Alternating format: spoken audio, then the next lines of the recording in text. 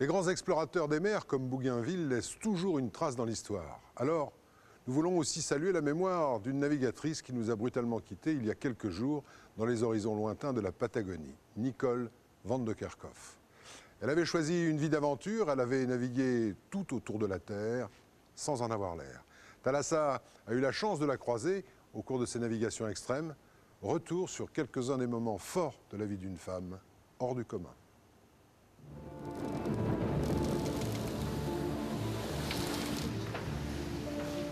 Sa soif d'aventure et de liberté l'a menée sur toutes les mers du monde. Navigatrice émérite, Nicole retrouvait chaque année le Grand Sud pour des balades extrêmes, en voilier, entre l'Antarctique et la Terre de Feu.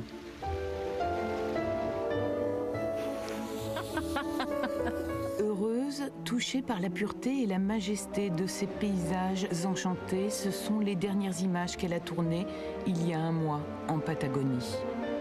C'est un endroit qui n'a pas changé depuis des centaines d'années. Et ça, c'est quelque chose qui n'existe plus tellement dans notre monde de maintenant et qui, moi, m'a fascinée et dont j'ai besoin quelque part. J'ai besoin de voir des endroits qui sont encore tels que quand les grands explorateurs les ont découverts. Elle aimait courir le monde sans le conquérir. Poussée par un énorme appétit de vivre, Nicole s'était choisi une vie errante exceptionnelle. De l'autre côté du monde, elle avait construit son autre vie. Attention, attention! Bienvenue au pays! À Pontrieux, petit port de Bretagne Nord, elle retrouve ses 3 enfants et une grande bande d'amis fidèles qui partagent ses rêves. On se sera rattrapé en bisous au moins.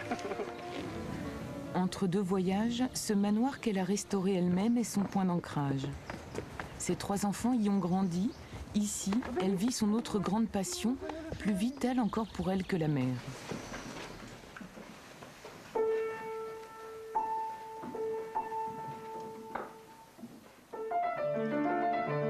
Enfant douée, Nicole était destinée à une carrière de pianiste. À 22 ans, cette jeune fille timide a l'audace de larguer les amarres, seule, pionnière. Partie pour 5 mois, elle revient 7 ans plus tard. 7 ans pour voir le monde à bord de son petit coutre d'acier, l'Esquilo, clé de sa liberté, inspiré d'un ketch nommé Josua et des conseils de son grand ami, un des premiers coureurs des mers, Bernard Moitessier. En 7 ans, qu'est-ce que j'ai fait? Je suis partie seule, et puis en cours de route, j'ai rencontré un autre navigateur solitaire. Donc on s'est mariés, et puis on a eu une petite fille qui est née à Tahiti, Sabrina.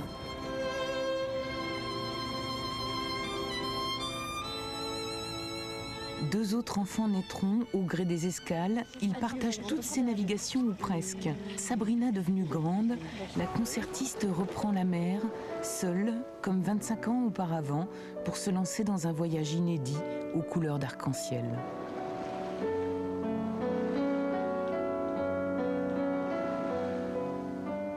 À Tenerife, aux Canaries, à bord de ce frêle esquif tiré par des cerfs-volants, elle veut montrer qu'ils sont en cas d'avarie grave un bon moyen pour les naufragés de se déplacer. J'avais envie de solitude. En fait, un peu comme tout le monde, j'ai rencontré quelques misères dans ma vie qui m'ont forcé à marcher de plus en plus vite, à nager de plus en plus fort pour garder la tête hors de l'eau. Et dans ces moments-là, je crois on va trop vite, on se laisse porter par la vie et par les événements sans soi-même savoir ce qu'on fait et sans choisir. Ce voyage en bateau, c'est une manière d'arrêter le temps aussi.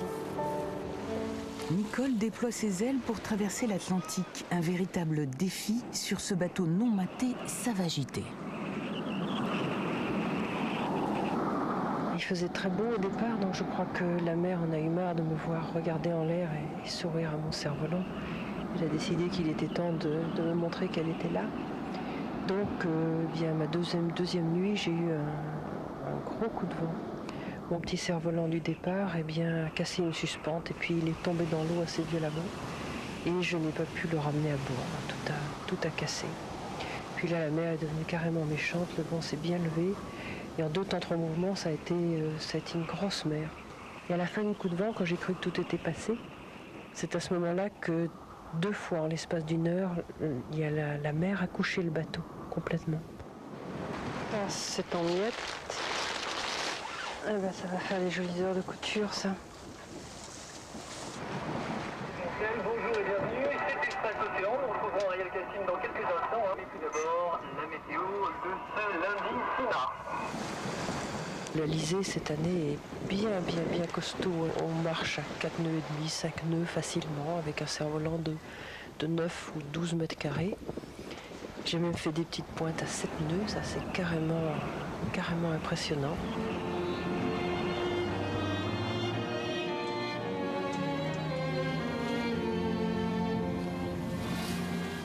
À 7 heures ce matin, j'ai vu la Terre, la Désirade. On a beau avoir des instruments de navigation assez précis, maintenant quand on voit une île après un mois de mer qui apparaît juste là où on souhaite la voir, on est quand même tous un peu Christophe Colomb à ce moment-là. Donc voilà, mon voyage est terminé. Ce soir, je vais plier mes cerfs-volants pour longtemps. J'ai du mal à réaliser ça. Ça a passé vite, 28 jours. 2700 milles suspendus à un fil. Nicole a réussi brillamment. Pourtant, ni exploit ni record, juste l'envie d'aller jusqu'au bout de ses rêves. Au large de la Guadeloupe, la plus jeune de ses filles, Kim, l'attend. 8 ans plus tard, Kim est une adolescente. Sa maman, de retour d'une longue mission humanitaire en Haïti, lui propose une aventure extraordinaire. Une longue descente de l'Atlantique jusqu'au Chili, à bord d'Esquilo, fidèle compagnon de voyage.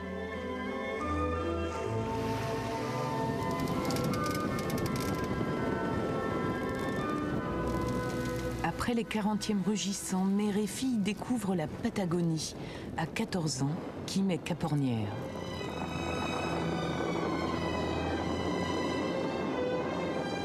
Eh ben ça c'était un gros morceau qui est tombé. Mon Dieu. En été, le grand danger, c'est le dégel des glaciers. Les filles redoublent de vigilance. L'hiver austral approche. Avec ses 9 mètres, l'Esquilo est le seul petit bateau à oser affronter ce dédale de canaux sans nom, d'îles inconnues.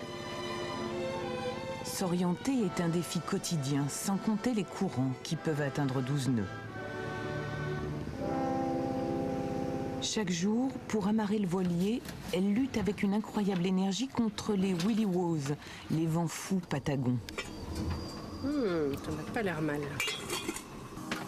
Dur au mal, la nuit, Nicole éteint le poêle pour économiser le fioul. Il gèle dans le carré. Première tempête de neige. Toutes les heures, mère et fille se relaient à la barre, protégées par un masque de débroussailleuse. C'est vrai que les conditions extérieures sont dures, sont froides. Il y a la neige, il y a la glace, il y a la... On ne réalise pas ça, mais la neige avec du vent, ça rentre dans les yeux, ça brûle les yeux, on ne peut plus garder les yeux ouverts. Quand on est dehors, il fait froid, on se fait mouiller, on n'en peut plus et on a envie de rentrer. Là, c'est vrai que on fatigue un peu.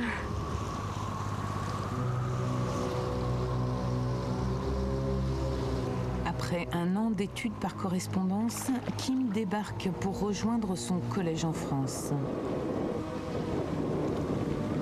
Sa maman continue seule dans les méandres de l'Ultima Esperanza, la région du dernier espoir. Sans radar, la tension est permanente pour déjouer les pièges de cette nature exigeante. À moins 13 degrés, la mer a gelé. Nicole et l'Esquilo sont prisonniers du fjord enneigé. Courageuse, lucide, la navigatrice solitaire mesure alors sa fragilité. J'ai essayé de recasser la glace qu'on avait cassée hier avec l'Esquilo. Et voilà, j'ai pas réussi. J'étais jusque là, ça m'a pris 1 heure, donc c'est pas la peine.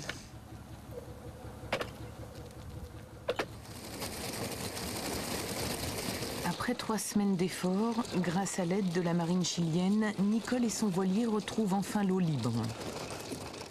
Dernier mouillage, cette femme rare quitte à regret le champ des glaces après 2 ans de navigation australe. Un voyage, une victoire personnelle sur la maladie. Ça affaiblit peut-être un tout petit peu physiquement, mais ça donne en même temps une pêche énorme, parce que quand on sort des traitements qui sont quand même très lourds, on est tellement content, c'est comme une deuxième vie. Parce que le cancer, c'est rien, ce sont les traitements qui sont cannibales. Une fois qu'on sort de ça, on a vraiment une énergie, on renverserait le monde. Nicole retrouve son port d'attache. Ses enfants, ses amis venus l'accueillir sont tous bluffés par sa ténacité. C'est ces deux facettes de sa personnalité, sa douceur, elle est d'une douceur incroyable, et à côté sa pêche, son énergie, sa capacité à rebondir et à bouffer la vie, quoi. Elle est gourmande, elle est impressionnante. Ouais. Et toujours tout en douceur, avec un petit sourire, et toujours de bonne humeur. Sacrée votre femme. C'est tellement simple, même quand elle s'attaque à des projets compliqués, qu'on finit par perdre de vue le côté exceptionnel et on finit par trouver ça complètement normal, alors que c'est vrai que c'est un petit peu hors du commun. Hors du commun, et pourtant, elle revient l'air de rien. Discrète, modeste, en mer comme à terre. Quelques mois d'escale, le temps de retrouver les siens, de préparer une autre expédition intense. Nicole a choisi l'immense solitude du Grand Nord en hiver. Prisonnière pendant 3 mois de la banquise du Spitzberg, seule, gardienne de Vagabond, un voilier polaire. Mimiac. C'est nous qui sentons bon comme ça. Attends un peu que je sorte mes pétards. Bah, il est déjà froid. À peine on se sert quelque chose ici que ça refroidit, c'est comme si on vivait dans un frigo. Coupée du monde, cernée par les ours, la glace et la nuit désormais totale, sans repère, Nicole termine son 3e livre, récit de ses aventures en Patagonie. Là où son dernier voyage s'est brutalement arrêté, il lui restait pourtant tant de rêves à réaliser. Elle nous laisse ses images, ses livres et surtout un art simple et merveilleux de vivre et de naviguer. C'est curieux à expliquer. La solitude en mer a quelque chose de magique peut-être. C'est un mot qui revient souvent. On pense très fort aux gens qu'on aime, qu'on a laissés là-bas. Et que ce soit les vivants ou ceux qui sont partis ailleurs, on les sent très très proches. À travers tout ce qu'on voit, à travers tout ce qu'on respire, tout ce qu'on vit. On les a un petit peu avec nous et en nous, tous ces gens qu'on aime bien.